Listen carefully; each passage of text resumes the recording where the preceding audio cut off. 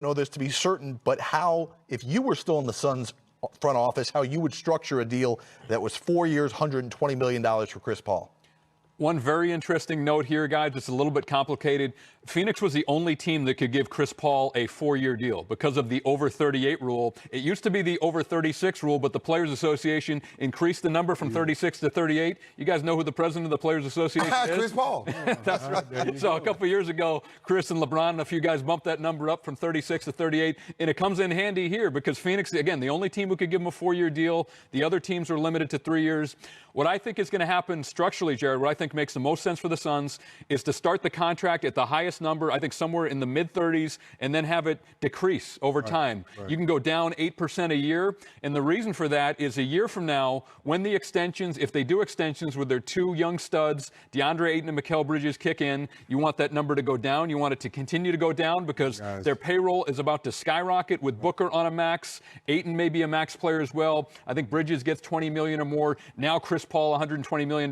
The payroll goes up, so you want Chris Paul's contract going down as you have to pay the young guys. Let me ask you this. How careful you have to be when you start signing older players and locking up all these money with young players that at some point a year or two from now that you can't improve your team, that you're sitting there and because of injuries or because of whatever happens, you're sitting there, you need to make a move and you can't make one because you're tapped out. Do you have to be careful when you sign these guys to leave yourself just a little window of flexibility in case at some point, because you know this, at some point, they're going to have to make some type of move in order to improve their roster.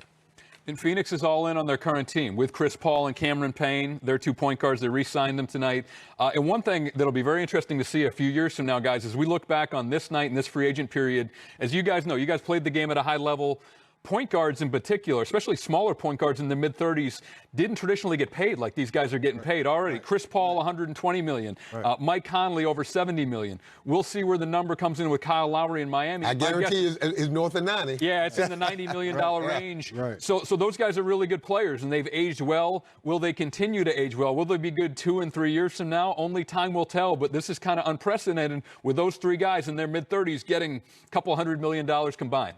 And I think to add to that, with Chris Paul in particular, because he's had all of these weird injuries the last 3 or 4 years. So I think that's why the casual fans say, why would Phoenix do that?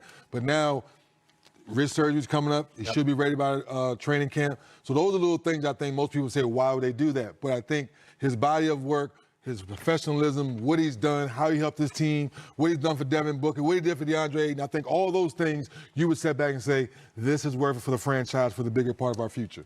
We are less than 50 minutes into the free agent period, and it has been a frenzy. Reportedly, Kyle Lowry going to Miami in a sign and trade. Chris Paul going back to Phoenix. And he has had wrist surgery, though the undefeated Mark Spears reporting he will be ready for the start of the season. Lonzo Ball going to Chicago. Jared Allen, Mike Conley going back to the teams they were with. Is it a report from the media outlets? But Kyle Lowry is putting it out there himself on Twitter. Miami Heat, Kyle Lowry, let's go. Lowry making it official. Kyle done got paid, though. Is there any money left according for DeMar? According to Adrian Wojnarowski of ESPN, it is a 3-year deal that will be a sign and trade. And again, let's go through the sign and trade here. It must be a minimum of 3 years to send Lowry from the Raptors to Miami, but there's a lot more that probably has to happen. And if you've been reading the tea leaves the last couple of days based on what Miami has done with both Andre Iguodala and Goran Dragic, we saw this coming. We did see it coming. The Heat declined the option on Iguodala, so he's now an unrestricted free agent. They picked up the option on Dragic at $19.4 million, so he's going to go out in this deal. One important point here, guys, he doesn't necessarily need to end up in Toronto. He could end up with the Raptors, but he could go to another team, and this is what I'd be looking at. Again, we've talked about the team who need point guards. That's the theme of the night. The New York Knicks, the Dallas Mavericks, the New Orleans Pelicans, the Washington Wizards. Is there a way for them to get in on Dragic if they don't want to pay a Spencer Dinwiddie or Dennis Schroeder, one of these guys on a long-term multi-year deal? Is Dragic at 1 year a better option? I personally think that's a pretty good option. Precious Achiuwa looks like he's going to be in the deal and end up in Toronto. That's what Toronto wants. We'll see how the Raptors value Dragic. Do they want him? Or is there a third team involved that has Dragic landing somewhere that needs a point guard? By the way, again, reading the tea leaves, and this is kind of just a guess here. Are good too. Tea leaves are good. You should filter him, though. Just be careful. Yes. Based on Scotty Barnes being drafted and the potential of Precious Achiuwa coming, you've got to wonder what the future is for Pascal Siakam. But that's a story for a different time. In terms of the Miami Heat here, they are not only getting Kyle Lowry, it looks like Duncan Robinson is re-signing, according to reports here. I want to follow up with what you said about Goran Dragic, because he seems like he could be, on paper, the next best option for a team like the Pelicans, who came into this process clearing cap space, needing a guy like him, because they struck out on Kyle Lowry. They're not bringing back Lonzo Ball, who's reportedly going to Chicago.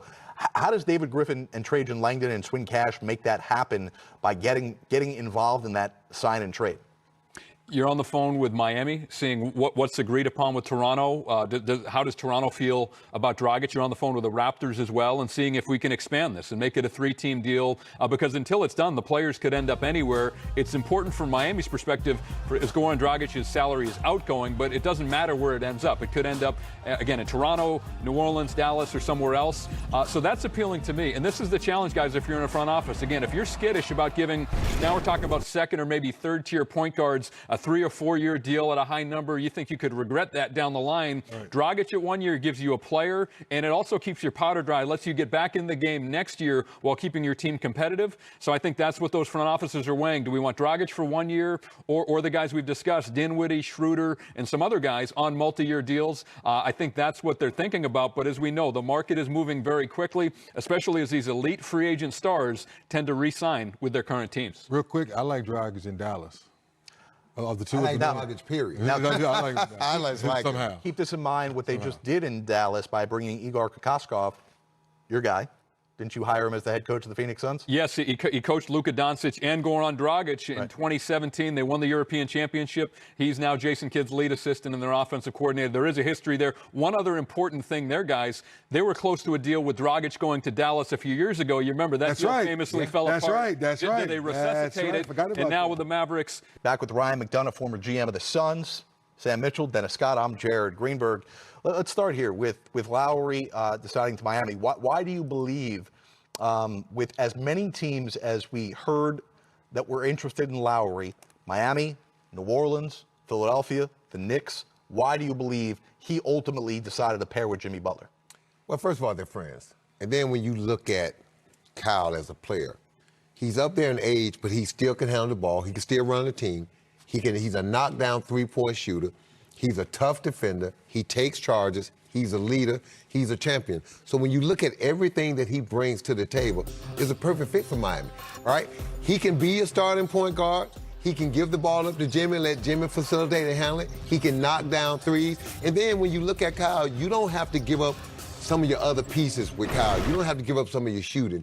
So when you look at Jimmy, Kyle, and Bam, to me, they're still one player away. I still believe in my heart we'll never see how good Bam can be till you play him at the power forward position. He can play the center position, but he's giving up so much size and girth and strength. But he can dominate at the power forward position. And to me, in the NBA, if you got a player that can dominate his position, like we saw with Giannis and others, then you got something special. And to me, I know in this NBA today, everybody want to take 6'9", 6'10" guys and play them at center because they can switch on defense and do all these other things. But the last 2 years, the last two NBA champions, starting with the Lakers in the bubble, what did they do to teams? They engulfed them with their size. They just overwhelmed them with their size. So when you look at Miami, they are skilled. They are good enough to compete. They still, to me, need to find that one piece every now and then to free Bam up so he can dominate at that power forward position. Because now you got Kyle, Jimmy, and Bam. If you play them right, you got three guys on a nightly basis that can dominate at their spots. The only thing I would add to that, Jared, is that Miami, from the bubble, has recently been there, and they have a taste of what it feels like. They know where the speed bumps are to try to get to the finals, where maybe New Orleans, they're still young, they're still trying to navigate just to get to the playoffs. I think that's another reason why Kyle Lowry said, you know what, I think I like Miami as all the teams on the table. Let's shift gears here and talk about the team that has the opportunity to do the most in this free agent period, and that's the New York Knicks, because the Knicks have the most cap room to spend. Look at this. Good gracious. Whoa. $52 million. Okay, Ryan. well. Really, I think you and I can get a deal. Hey, I'm in the corner wide open, Ryan. I can still shoot it, Ryan. Well, listen, I'm still a good locker room guy. I can't play. I'm a locker room guy. I don't know about that. Are you still a locker room? I'm still a good locker room guy. We have a locker room here, and you're not great. You're not paying me. Here's something that Knicks fans, need to get over the last few years is that cap space has not won a single game for them. That's right. We've heard about cap space for the Knicks for a long time. That's right. They've got a lot of money to spend. As I mentioned, 39% of the league is a free agent. But is the right guy out there or guys to spend money on? A couple of things, housekeeping to take care of. The reports are out there that the Knicks are retaining at least two of their players, Alec Burks and Nerlens Noel. Each of them might be a surprise, getting a 3-year deal here for the Knicks.